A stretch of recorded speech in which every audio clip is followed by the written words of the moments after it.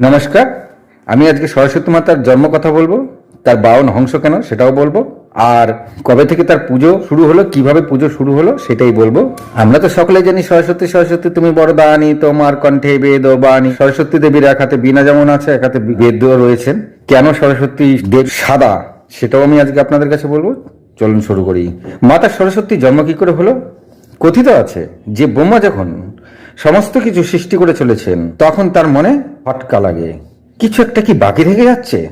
তখন তিনি অনেক চিন্তা ভাবনা করেন যে আমি এত কিছু রচনা করছি, মনে হয় কিছু একটা বাকি থেকে যাচ্ছে। তখন তিনি তার কোমণ্ডল থেকে জল নিয়ে নিজের হাতের তালুতে রেখে বিষ্ণু আর মহাদেবকে এক মনে ডাকতে থাকেন। তারা যখন তার আহ্বান শুনে সেখানে আসেন, তখন ব্রহ্মা তাদেরকে তার মনের কথা সম্পূর্ণ খুলে বলেন। তখন তারাও অনেক চিন্তা ভাবনা করে খুঁজে পেলেন না আসলে কি বাকি থেকে যাচ্ছে। তখন তারা তিনজনেই আদিশক্তি মাতাকে আহ্বান করলেন। তখন আদিশক্তি মাতা এসে তাদের যা সমস্যা সেই সমস্যা তিনি বুঝে গেলেন। তখন তিনি তার ত্রিনেত্র থেকে এক অতি উজ্জ্বল শুভ্রজ্যোতি বার করলেন, আর সেখান থেকেই মাতা সরস্বতীর জন্ম হলো, যা ছিল একেবারে ধবধবে সাদা, আর বসনও ছিল সাদা।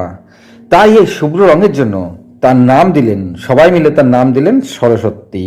আর তার হাতে এক বাদ্যযন্ত্র ছিল এবং আর হাতে বেদ ছিল, সেই নিয়ে তিনি প্রকট হয়েছিলেন মাতা সরস্বতী। সেই প্রকট হওয়ার পরে তিনি সেই বাদ্যযন্ত্র বাজাতে থাকলেন। তারপর আদিশক্তি চলে যায়, সেই সাথে বিষ্ণু মহাদেবে চলে যায়। তখন ব্রহ্মা বুঝতে পারলেন যে জীবনের সঙ্গে সুর ও বিদ্যারও প্রয়োজন আছে। মাতা সরস্বতীর যন্ত্রের নাম বীণা পানি, কারণ বীণা মানে বাদ্য আর পানি মানে হাত। যেহেতু তার হাতে রয়েছে তাই তার বাদ্যযন্ত্রের নাম বীণা পানি বলা হয়। আর তার অন্য হাতে বেদ ছিল, কারণ জীবনের সঙ্গে বিদ্যারও দরকার। এবার ব্রহ্মা বুঝতে পারলেন যে কেন তার মনে খটকা লেগেছিল, কেন তার মনে হয়েছিল যে কিছু একটা বাকি থেকে যাচ্ছে। আর যেহেতু আদিশক্তি শুভ্রজ্যোতি ছিল, শুভ্রজ্যোতি থেকে মাতা সরস্বতীর জন্ম হয়েছিল, সেই আদিশক্তির শুভ্রজ্যোতি ছিল ধবধবে সাদা আর খুবই উজ্জ্বল। এতে সরস্বতী মাতার উজ্জ্বলতাও ছিল সেরকমই সাদা। তাই এটাই বোঝালেন মাতা সরস্বতী যে সৃষ্টির মধ্যে ভালো মন্দ, অন্ধকার সবই আছে, সেখান থেকে ভালোটা বেছে নিতে গেলে বিদ্যার প্রয়োজন আছে। আর তাই তিনি সাদা, শুভ্রতার প্রতীক। আর তিনি বসন্ত পঞ্চমীতে জন্মগ্রহণ করেছিলেন বলে তার পূজা বসন্ত পঞ্চমীতে করা হয়, বা মাঘ মাসের শুক্লা পঞ্চমীতে তার পূজা করা হয়। মাতা সরস্বতী বিদ্যার দেবী, তবে তার বাহনকে হাঁস, হংস, রাজহংস। এই রাজহংসকে মাতা সরস্বতী কেন তার নিজের বাহন বেছে নিলেন, চলুন সেটাও আমরা ভালো করে জেনে নিই। যদি রাজহংসকে জলের মধ্যে দুধ মিশিয়ে দেওয়া হয়, তবে সেই রাজহংস সেই জলের থেকে দুধটাকেই খালি তিনি গ্রহণ করে থাকেন, জলটা তিনি গ্রহণ করেন না। এই অদ্ভুত কলাকৌশল রাজহংসের আছে। এটাতে মাতা সরস্বতী কি বোঝাতে চাইলেন, যে এই জগতের মধ্যে ভালো মন্দ দুইই আছে, তার মধ্যে ভালোটাকেই খালি বেছে নাও। আর এই ভালোটা বেছে নিতে গেলে বিদ্যার প্রয়োজন আছে। এছাড়াও ওই হংস কিন্তু কাদা মিশ্রিত, কাদার থেকে তিনি খাবারটা খেয়ে থাকেন। তবে কি কাদা খান? হংস কিন্তু কাদা খান না, তিনি কাদার থেকে নিজের খাদ্যটুকুই খালি গ্রহণ করে থাকেন। এটা তো মাতা সরস্বতী বোঝাতে চাইলেন জগতে ভালো মন্দ সবই আছে, সেখান থেকে শ্রেষ্ঠটাই বেছে গ্রহণ করা উচিত। আর শ্রেষ্ঠটা গ্রহণ করতে গেলে বিদ্যা প্রয়োজন আছে।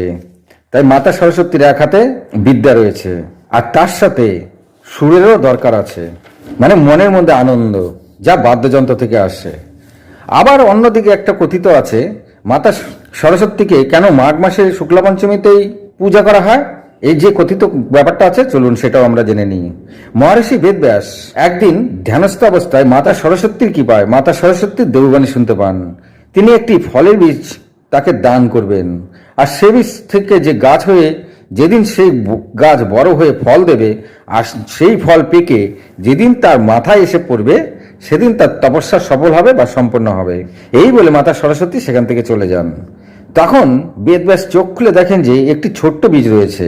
তিনি তার বীজটিকে অতি যত্ন করে তিনি তার আশ্রমের একপাশে পুঁতে দেন, আর ওই বীজের খুবই যত্ন নিতে থাকেন। আর দিন দিন ওই গাছ বড় হতে থাকে। তখন বেদব্যাস নিয়ম করে ওই গাছের তলায় বসে ধ্যান করতে থাকেন। তো একদিন ওই গাছে ফল ধরে, এবং একদিন সে ফল পেকে তার মাথায় এসে পড়ে। এতে বেদব্যাস ভারী খুশি হন। সে ফল আর কিছুই না, সেটা হলো কুল। আর এই কুলকেই সংস্কৃত ভাষায় বদ্রী বলা হয়। আর সেদিন ছিল মাঘ মাসে শুক্লা পঞ্চমী, তাই তিনি সেদিন মাতা সরস্বতীর পূজা করেন। বেদব্যাস মাতা সরস্বতীর পূজা কবে থেকে শুরু করলেন? মাঘ মাসের শুক্লা পঞ্চমীতে, যেদিন একটি কুল তার মাথায় এসে পড়েছিল, সেদিন ছিল মাঘ মাসের শুক্লা পঞ্চমী। আর যেহেতু কুলের কে সংস্কৃত ভাষায় বদ্রী বলা হয়, তাই বেদব্যাসের আশ্রমকে বদ্রিকা আশ্রম বলা হয়, কারণ তার আশ্রমে কুল গাছ রয়েছে, যে কুল গাছের তলা তিনি বসে ধ্যান করতেন। হরে কৃষ্ণ।